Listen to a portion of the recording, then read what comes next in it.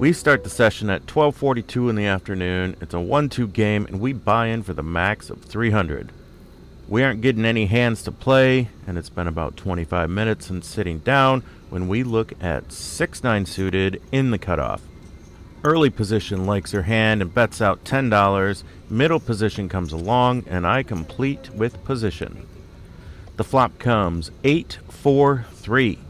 She continues for another $10. Middle position decides he doesn't actually like his hand after all, but with top pair, we aren't going anywhere. No reason to raise though.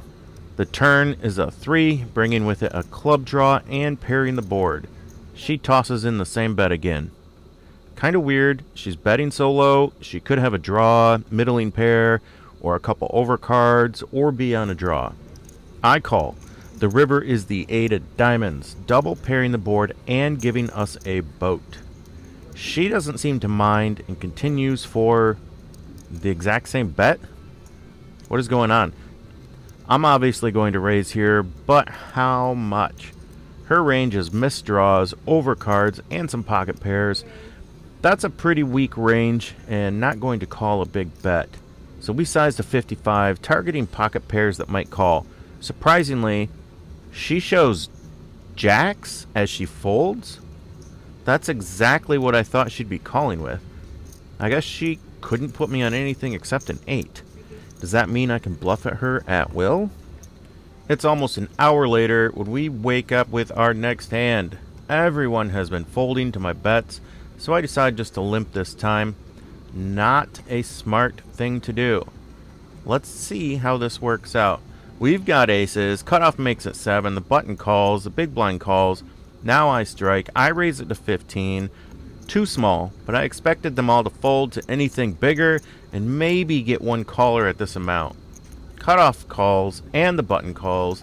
The flop comes Queen 2 Jack, and it's on me first. The pot is $57. This is a pretty dry and static board. I should probably be betting my value, but I default to checking, giving her a chance to bet. She did bet pre-flop after all. She does in fact bet out, and the button calls. Now it's 12 to me. There are some straight draws, ace queen, king jack, all make sense here. Queen jack does hit 2 pair. Jack jack hits a set. I don't think either have queens. I should be raising here, even if it's just a min raise, but instead I just call. The turn is a 9, completing some straight draws, a couple 2-pair hands. My bad play on the flop has predetermined my turn play, so I check it over. Now she shoves and the button insta-folds. It's only 55 to me, and the pot is 148.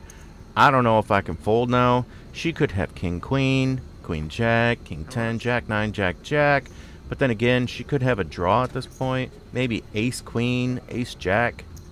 She's probably not capable of bluffing here. I can beat some value, and the bet is smaller, so I put in the call, and she flips over queen jack. We didn't win this one, but I think it was slightly positive EV call, given her entire range. We are in the big blind with a playable 10-9. We've got a couple limpers before the button raises it to 5, if you can even call it a raise.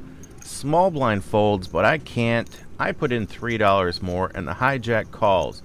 The flop is 10-4 with the spade draw. It's on me first, and even with top pair, there is no reason to be betting here. I check. The button now bets out 5 again. Same bet, not worried about the flush draw. I suppose the amount is small. Why would you be worried about losing the pot? He could be betting his entire range here. I'm not folding top pair, but with such a weak bet, I don't think I could just call either. I need to either give up and see a cheap run out with showdown value, or raise it up with top pair and see where we stand. I do raise it to $20, and the hijack insta-folds. The button checks his cards, spade check, and then tosses in calling chips. What could he have that was only worth a $5 bet, but good enough to call 15 more, but not enough to raise? There's a very strange line here. The turn is a 6, completing the open-ended straight. It's on me. What do I do here? Check, bet? If he's got a big hand, he's slow playing, I'd need to bet very small. I have showdown value at best, so I should be checking here. Instead, I bet out 40. I don't know what this bet is supposed to accomplish. The pot was 58. He's in position and could be slow playing a big hand here. If I was to bet, it should be small, but here we are. He calls pretty quickly, and we are off to the river. The Jack of Diamonds. This doesn't complete any draws. It doesn't really help any other hands except Jack 10, which is in his range. What is his range after the turn? He could be slow playing a big hand like pocket 10s, jacks through aces, ace 10, maybe king 10, jack 10, possibly even pocket deuces or pocket 4s. He could also have some spade draws with overcards, many with the jack of spades. He could also have some missed draws. If I check, he's likely to check back all of his worst holdings and bet his better ones. If I bet, he'll fold everything I beat, call with hands that beat me, and raise even better ones. Pretty obvious check here. I do in fact check, and he bets out 40. There's not much my hand can beat at this point. Is he capable of bluffing? Probably not. Is it a big bet? Not really. Did I show weakness? Not really. I check raised the turn. This seems like a pretty clear fold. So of course I call, and he shows Jack Jack for a set on the river. This error cost me $40 at minimum. My stack was getting short, so I added on another 200 before I'm the big blind with ace 10. Under the gun limps, cutoff raises to 10. I call, under the gun calls, the flop comes ace 2 10 with a diamond draw. I could donk out here, especially with these smaller stacks, but I decide to check it over to the pre-flop aggressor. If they bet, we can raise or call depending on the size, but it does check around. The turn is another 10. We nailed it. No reason to think anyone else is going to bet now. We should be betting here, targeting weak ace X and diamond draws, also the remaining 10. The pot is $31. We should be betting somewhere around $30 to $50. I actually check, and the under the gun bets out 6, and the cutoff calls. I'm not sure what I'm doing here. I just call, hoping they will bet big on the river. The river is now a 2, double pairing the board. This is our last chance to bet. We should donk out here, and with the pot being 49, something like 60, with the double paired board, we could still get a call from an ace 10 or 2. I check again though, and the under the gun bets out 15, throwing it into the middle of the table. Now the cutoff comes alive and raises it to 40. What could she be doing here? An ace might raise here after all the weakness at the table. Maybe a 10 was trapping and decided to bet after hitting their boat. Only 2 hands beat me, pocket aces and pocket 2s. I'm not going anywhere. Raising seems like the only option, and it should be big. The pot is now 104. I have about 215 left. I should just shove it all in. I don't do that, but I do raise to 160. Under the gun instantly calls for less, and now the cutoff shoves all in. Can I really do anything but call here? I only have about 60 left. Can they really have the last combo of pocket deuces and aces? Literally, only 2 hands beat me. If I knew these players and knew they would only do this with the absolute nuts, I could fold. But I don't know that. All I know is she folded jacks as an overpair when I bet on a double paired board. I call, and the bad news comes quickly. Jack 10 of diamonds hits a smaller boat, but the cutoff actually has pocket aces for the second nuts, and we lose this big pot. I played it bad, but the end result would have been the same. I add on for another 300. I just came back from a short break and buy back in the worst position possible. I've got Jack 10, middle position raises to 6, the hijack and cutoff both call. I'm not going anywhere for $4, so I toss it in. The flop comes a beautiful Jack 10 deuce. We've got the board pretty locked up with a few straight draws available. We check to the pre-flop aggressor with plans to check raise big. The middle position does bet. He thinks 20 is a fair price. Cutoff agrees. This is my spot. I've got about 270 behind, and a raise to 120 is a good amount. Instead, I raise it to 60. With this exact texture, I can see why that might be okay, but with two opponents, I think 120 is probably the best amount, which also leaves them an easy all-in call on the turn. The middle position quickly calls a 60, and the cutoff thinks for a little bit before eventually making the call. Phase 1 complete. Now to get all the money in on the turn. The turn is a 2. Probably one of the absolute worst cards in the deck. Ace, king, queen, and 2 are the absolute worst cards, but a 2 might be the worst. Any overpairs now beat my 2 pair. With 2 opponents, there's some chance one of them might have queens, but with the action so far, aces and kings don't seem likely at all, and even queen seems pretty far-fetched. Jacks or 10s are slight possibilities, as is pocket deuces. I have a sinking feeling, and so I check it. Middle position now puts in $90, and the cutoff starts thinking and thinking. Eventually making the call. Now it's over to me. Middle position has already stacked me once. I'm looking to get some of my chips back. The cutoff call is a little concerning, but he could just have ace jack, king jack, queen jack. Unfortunately, this is probably a spot to find the fold. While she might be raising a jack, she could have better. But the call from the cutoff, he's got to have better than a jack. And anything better than a jack beats my 2 pair. I should be folding here, and that's exactly what I do. Just for funsies, let's finish out this hand. The river now comes a 5. Surprisingly, they actually check it down and flip over aces and kings. Man, we are getting heavy into this bad run poker. We continue to lose small pots with both premiums and draws until we add on for another 300. As we move over to the 1-3 table, we sit in seat 2, ready to get our money back. An hour and a half after our last hand, we are in the big blind and look down at ace-queen, another premium.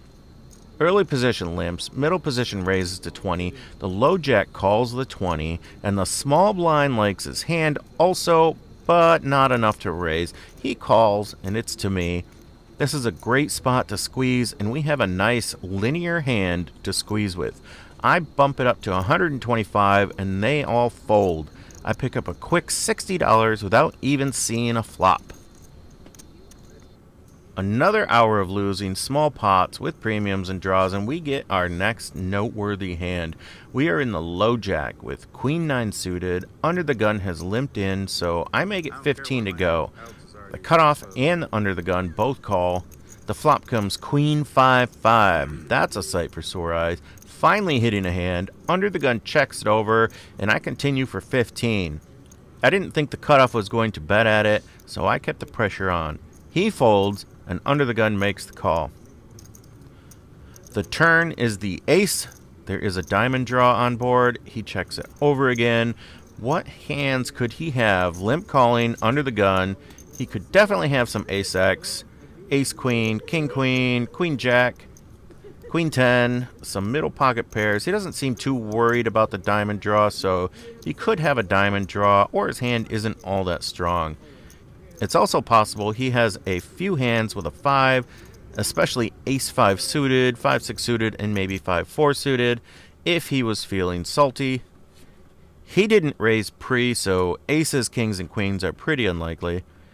I want to see what he thinks about this ace on the turn, so I bet out another small bet of 25 into the pot of 79. He thinks a little while and then makes the call.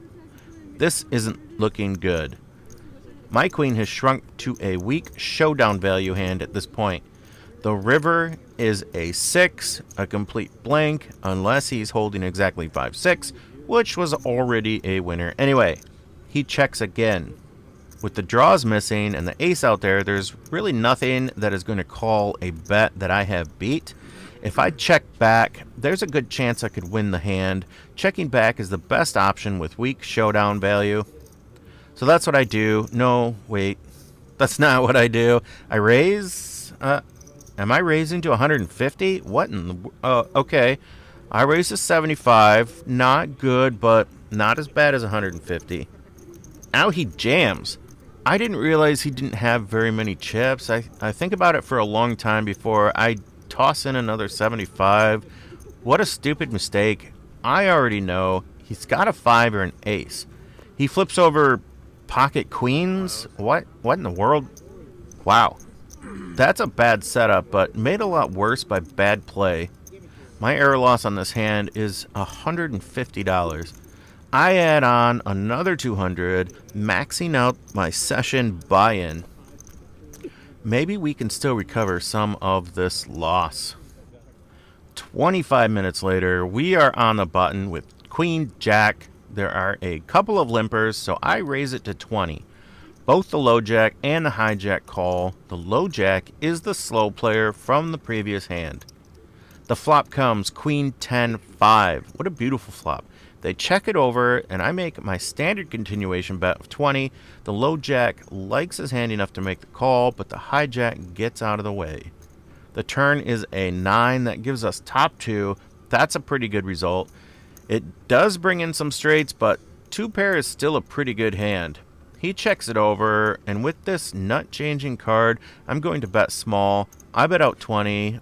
Oh, no. That's not what I do. I make it 150. What in the world am I thinking? I think all of the misses and bad run has scrambled my brain. I did pick up the open-ended straight to go with top pair. Somehow I thought that meant I could blast the pot and turn my hand into a bluff. He thinks for a little bit before putting in the call. At this point, I have a bad feeling. The river is a 7, falling like a hollow thud as I miss the open-ended straight. I realize that I messed up and all I can do is check back and get the bad news. He turns the straight with Queen Jack. Another bad run with another compounding error. At least I didn't make another error on the river. Error loss on this hand, $130. We continued to lose hands for another hour and a half before we are in under the gun with Ace Jack. Yet another good starting hand to lose with. There is a button straddle for 6. The blinds call. I call. The hijack calls. Cutoff then raises to 30 and it folds around to me. I'm not going anywhere. I didn't come to fold Ace Jack preflop. Hijack agrees. He didn't come to fold preflop either. He makes the call. The flop comes Jack 10-9. Top pair, that looks pretty good, but I don't like the straight possibilities. I make my standard check to the preflop aggressor, but it gets checked through. The turn is now the 9, pairing the board.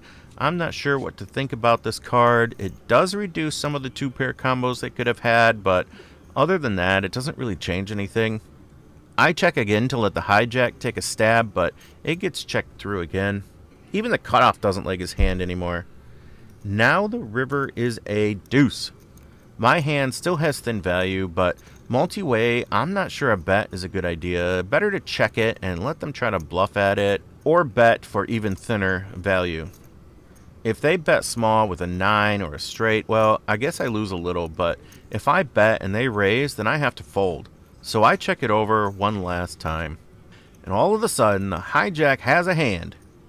Did he really just hit a set of 2s on the river? That's crazy. Well, I don't think he really did. The flush draw missed, the straight draws missed. That wasn't already a straight. And I still have the jack with the ace. Thin value for sure, but this guy is capable of bluffing. I've shown weakness the whole way. The draws missed.